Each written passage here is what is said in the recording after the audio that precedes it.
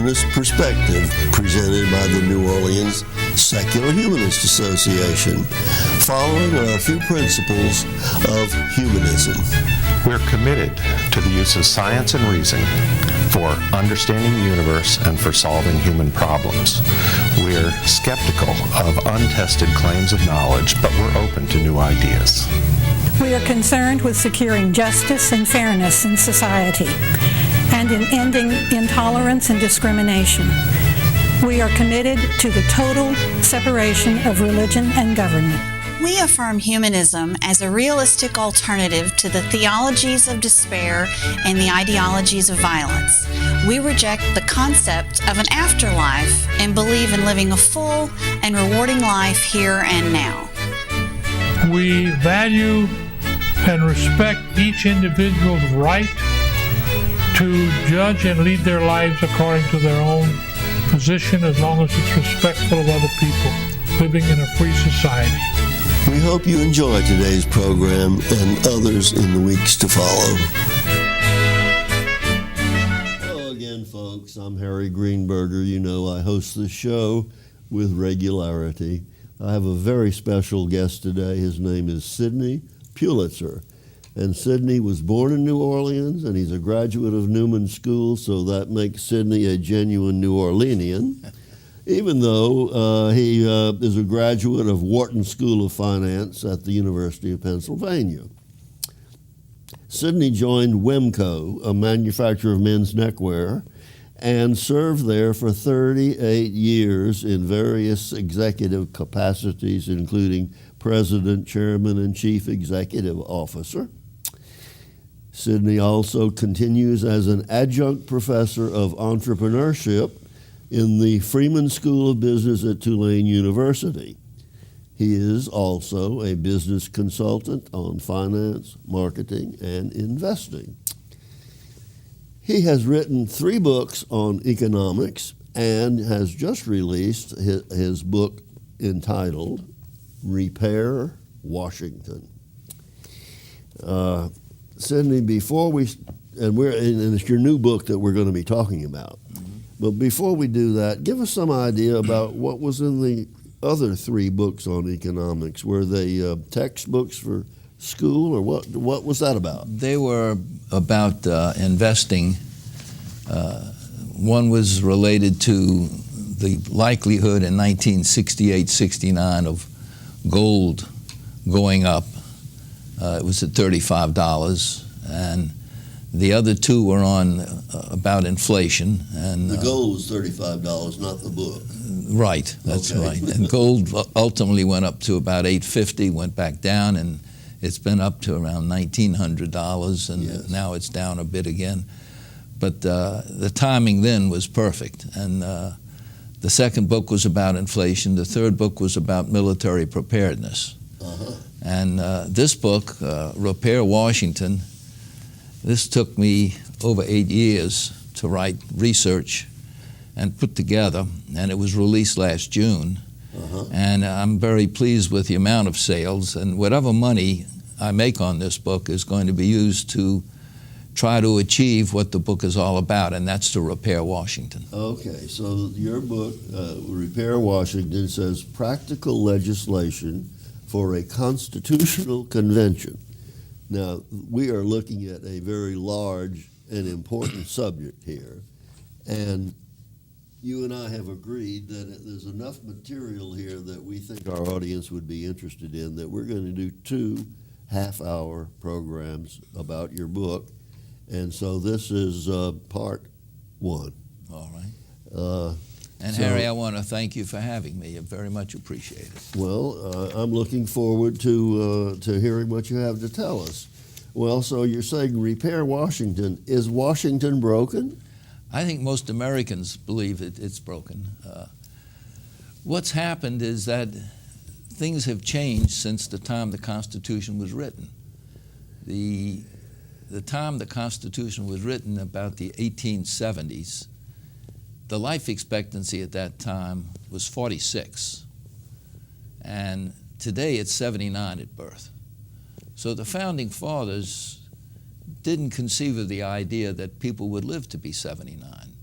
And the idea of serving in Washington in the House or the Senate was such a sacrifice. The people who were selected would go to Washington. Many cases there were farmers, local people who were respected and who were patriotic citizens, and they would go there at great sacrifice, a horse and buggy. And for the first 150 years, we had people who went there at personal sacrifice. In many cases, their friends had to finance them.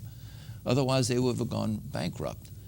And no one served more than 2 terms. Over half of the Congress changed in every election. And they were not going there to enrich themselves. No, they were there as a personal service, and there was a great deal of pride in personal service. All right. And but you're saying it's now broken because it's not like it was in the 1870s. What's wrong with it? Well, people are living longer, so the Founding Fathers, that was one of the things they could not anticipate. So people go there now. They can get there on a flight. They don't have to go for a week or 10 days traveling in a horse and buggy. And they get there now, they get paid. And in fact, they decide what they are going to be paid by themselves. They passed a constitutional amendment to do that. And they go there to make themselves wealthy. They go there to help make their party successful. And now and then they do something for the government and for the country. But most of it is a career. They're now career professional politicians. They go there as a career with the hopes of staying there and getting reelected and reelected. And that's the first thing on their plate, getting reelected. Well, do the people in this country, do they see it as broken? The polls show that. A poll taken in 2011 said that 82% of Americans disapproved of Congress, and only 8% believed Congress could solve our problems. A poll taken a year later said that people only 10% of the people gave Congress a favorable rating. And the last Senate that just left is considered the most do-nothing Senate in the history of the nation. And I think there's general agreement that is the situation. Well, is this book that you've written, is it about political parties or philosophy, or what is it that you put into your book? No, it's neither for the liberals or conservatives or for the Democrats or the Republicans. It's really written for all Americans. It's written about what this country is about, and that's freedom, the opportunity, the rights of life, liberty, and the pursuit of happiness, and of individuals being able to be free and be the best they can be and have the greatest opportunity to be the best. And it's consistent with your organization, the Secular Humanist Association. That's what this book is trying to restore, what the Founding Fathers envisioned. And the things that have happened have been technological changes. We live so much longer. We now have television. That's a factor in what has gone on. The fact that we have these people in Washington so long now, they put in a seniority system that helps them get reelected, but unfortunately, you get to be a top guy on important committees when you're old. And the older people who are there for 15 and 20 and 30 and 40 years, they don't have the vigor they need. In fact, there's a representative, Conyers, John Conyers of Michigan, is now in his 50th year in Congress. Does that mean he really was a good congressman, and that's why he got reelected? Well, I don't know enough about his record, but he's good at getting reelected. Absolutely. That's for sure. And probably voting benefits to himself. Well, I'm acknowledging that there obviously are some serious problems, but what has gone wrong? Can you be specific? Well, the first thing is the fact that people are living longer so they can stay in government longer. And the second thing that has caused a significant change is television. And of course, I'm on television right now, and it may be not appropriate that I say something against television, but the fact of the matter is that up until the 1960 election, most Americans in voting for someone never saw that person. They never had a chance to react visibly to seeing and hearing what that person was like. And in the 1960 election, that changed. And as the change was so substantial and its impact on who wins the election, that it actually changed the way elections operated in the future. Explain that. Well, the two candidates involved, one was Richard Nixon, and the other one was Kennedy, Jack Kennedy. And Kennedy was a throwaway candidate. Nixon was the vice president under Ike. Ike Eisenhower was very, very popular. And Nixon was a sure winner. And Kennedy was a junior senator from Massachusetts. And they just figured, okay, he'd make a good showing, and that would be it. They had a 1-hour television show, black and white TV. And at that time, the cameras weren't that sensitive, so the lights were very bright and hot. And Nixon hadn't shaved, which made him look like, well, frankly, like a criminal. He didn't look presidential. He didn't look presidential, and the lights made him sweat, and the sweat was visible coming down his face. Kennedy was groomed. He had makeup on. He had beautiful wavy hair. He was young, and he had a Bostonian accent, and he said something like, "We have to move forward." And you did that well. Yeah, well, it went over well. All right. Now, but everyone wants to go forward. They don't know where forward is or what happens when we get there. But did that television broadcast provide a less desirable president than it would have if there had been no television? I think the consequences long-term of television has reduced the quality of elected candidates in this country. Has it also changed the power structure of the country? Yes. How is that? Well, what happened after the Kennedy-Nixon debate, and it's now called the Kennedy-Nixon debate because the next morning the polls show that Kennedy was going to win the election, and he did. And in 1 hour, a 1-hour black and white TV show changed the total outcome of the most important office of the nation. And everyone involved in politics realized immediately that television was a medium that could get anybody elected. But not in 1 hour. Now it goes on for 9 months. It goes on for a year and a half. For a year and a half, Harry. So the money, you need money for television. And the ones who give the money get the politicians elected, and they're the ones that own the politician when the election is over. In theory, our country is put together where the government is responsive to the vote of the people. But if the elected officials can't get elected except having enough money, the people with the money control. And you can go right down the list. The labor unions, big business, wealthy people. We even have foreign people, foreign governments, providing money quietly to influence our politics. You're saying that the candidates are not financing their own campaigns? No. What does a campaign for Congress, for instance, how much might that cost? It depends on the state, but it's not uncommon for it to run several $1 million. And depending on the largest states, even more, $60 to $80 million. Well, we just had an election for senator in Louisiana with Mary Landrieu and her opponent. They spent a lot of money, didn't they? And a great deal more came from out of state. And it was all designed to influence the election. And you'll notice that when it became clear Mary wasn't going to win, the money stopped coming. That's a shame. It did. Yeah, it stopped coming because they're making an investment in control of government. And if they're not going to get control, wants a winner. That's right. And then that winner is obligated to the funding sources. Is that what you're saying? They're bought and owned. All right. Well, now, has all of that done something to change the size of our government? Oh, yeah. Well, when you have special interests running the government, the politicians have to pay them off. The last Congress, just before it adjourned after this recent election, the Democrats and Republicans got together and passed an enabling legislation that spent money. Everyone criticized both parties. And they spent our money very freely.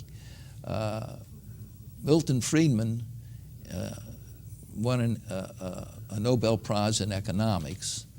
And in his study, he said there's 4 ways people spend money. He said, the first way is we spend our own money that we've earned on ourselves, and we spend that very carefully. The second way is we spend our own money that we've earned on those we love and care about. We spend that a little less carefully. And the money that we get from other people that we spend on ourselves, we spend even less carefully. And other people's money that we spend on other people, we don't really care too much about that. So, and that's government. That's government. And, well, of course, we are presently talking about the federal government, but that same concept would apply to state and local governments as well, would it not? It does to an extent, except the state and local governments can't print money. And the federal government has the Federal Reserve, which finances deficits. So there's no discipline on the spending. And the government has grown. Let me give you the most specific demonstration of how big our government has grown and how totally out of size it is.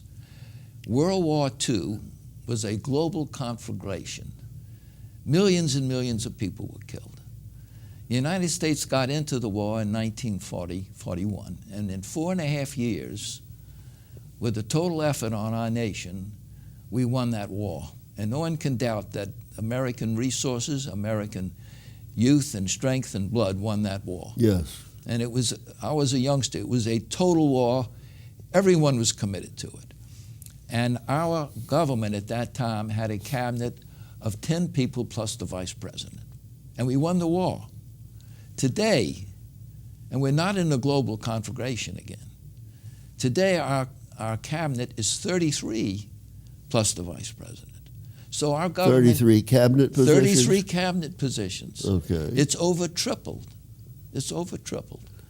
And I would guess that a president who was free of politics and who could really manage government properly, we could probably knock off 1/3 of government spending, have a tax cut, and balance the budget, and the economy would blossom. You just said we could, but you do not see that is happening. Well, the way its system is right now, which is why I've written the book, I think the only way we're going to make the changes that must be made in Washington is from an outside influence. And the Founding Fathers, in Article 5 of the Constitution, permitted us to call a constitutional convention. It requires 2/3 of the states, the state legislatures, and that's 34 states, to call a constitutional convention with a resolution that is reasonably similar. And 34 can call the convention, and once it's called and assembled, the convention then make amendments, can recommend amendments for the states to ratify. And that same Article 5 says 3/4 of the states must then ratify those amendments. Now that's 38 of the 50 states, and that's a tremendous hurdle. It is. Now, what you're talking about now is the process of amendments, which of course we are going to discuss in our next half hour. Yes. But when you're saying that you see that as the only solution to our government problem, which is a little frightening, couldn't there be some sort of a political revolution that says throw all the bums out and let's start with, is there no other way to save our Washington that needs repair other than a convention? Harry, I wish I knew a way, but this is the only way that I know of.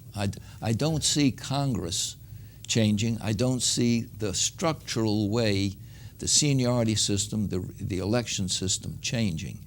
And it's going to have to come from outside of Washington, and the only way is through the states. You see, our government's upside down. Most Americans think that the federal government's the most important government, and that's not really the way this country was put together. We are a self-governed people. The power comes from the people. It's the opposite. Our founding fathers knew what was going on in Europe with the kings and queens at that time. And they knew that with the kings and queens owning everything and the court owning, the average person couldn't own anything, couldn't own land. And they knew that they wanted things flip-flop. So they made it so the average American was free and had the same rights that the kings and queens of England and Europe Well, had. not quite.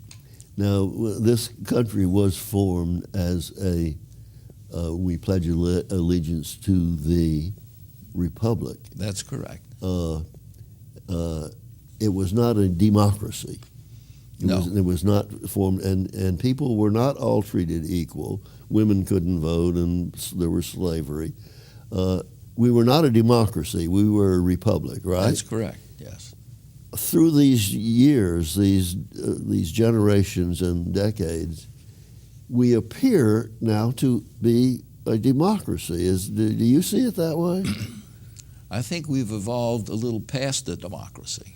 We went through it. We've gone through it a bit. In other words, we started as a republic modeled after Plato's republic, where it wasn't to discriminate against women or anybody, but the founding fathers felt those who paid the taxes and financed the government would be the most interested in whether they should pay the taxes. So they were the ones who voted. And they would decide how it was to be spent. Right. And as a result, for the first 150 years, we had a small government. Now, when you mention all of the cabinet offices, and most of them have departments with budgets, is that right? Yes. And I couldn't begin to name all of the departments, you know. Neither could I. But they all have sizable budgets, and probably the most efficient of them is still wasteful. Would you agree with that? No question about it. And all of this comes about because, as you mentioned, when you're spending somebody else's money, what do you care? And that's where we are today. That's right. Does that depress you? No. It used to aggravate me. And I said to myself, why do you keep complaining about government? Do something. And so I started working on this book. Okay. And I've talked to constitutional experts, and a number of them I thank very much, and they're mentioned in the book. I've talked to lawyers. I've even had many of the pre-copies of the book reviewed so that I could get it as close to practical as possible. And I've now started working on getting the actual resolution passed in the state of Louisiana. And in the process, I've learned a lot more. I suspect so. So I believe that we really can make the change, but the corruption in Washington is much worse than most Americans realize. The fact that these people have the money and that the politicians are obligated to them means that when laws are written, special interests get treated in a way that the public pays for their benefits. And instead of the government working for the benefit of the people, it's really working more and more for the special interests. Let me give you an idea in the sector that I think is most important, the banking sector. Okay. The larger the number of pages in a bill, the more likelihood are that the special interests are being taken care of. And hidden in all of the language? Hidden in the language, and the language in many cases is so complex that it obfuscates who really is being benefited, and it's in the rules, not in the legislation, who gets the benefit. So if you read the legislation, you really don't know what's going on. Well, let me ask you, if a lot of this legislation benefits a special interest group, is it at the same time harming the rest of the population? In some cases, I would say it is. But in most cases, it's simply not to the benefit of the nation. It's not a constructive thing that enhances the free enterprise sector, the private sector, and encourages it to grow. So you're saying it's not money well spent? No, it's not money well spent. Let me give you the example. The Okay. Federal Reserve Act was passed in 1913. It had 31 pages. We move forward to 1933 to the Glass-Steagall Act. Now, that was a good law. It helped repair what went wrong in the 1929 crash. 37 pages, up from 31. Uh-huh. We come forward to 1994 to the Interstate Banking Act, 61 pages. Then we come to Sarbanes-Oxley in 2002, 145 pages. Okay. And then we go off a cliff in politics. The Dodd-Frank bill of 2010 had 2,319 pages, and the rules and regulations exceed 5,000 pages.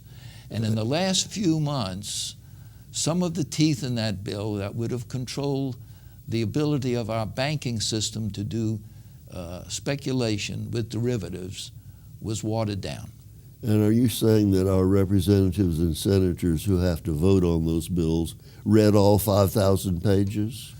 I think they just, they're just doing what's politically opportunistic. They're not reading it. No. They're voting for things. Now, Nancy Pelosi say you have to pass this bill to know what's in it. I mean, that's not politics. When I see them deliver the budget to the Congress, Yeah. it looks like it runs a lot of pages also. Oh, it's a stack. It's a gigantic stack.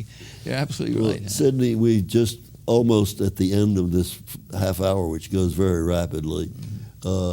And let me just remind the folks that we're going to have a second program on this topic, but now that we've discussed the problems, we're going to talk about the proposed solution, which is a constitutional convention. And we certainly hope you folks will be watching our second show and that you will appreciate the importance of what we're talking about. Sidney, thank you for being here. Thank you, Harry, for and having me. we will continue.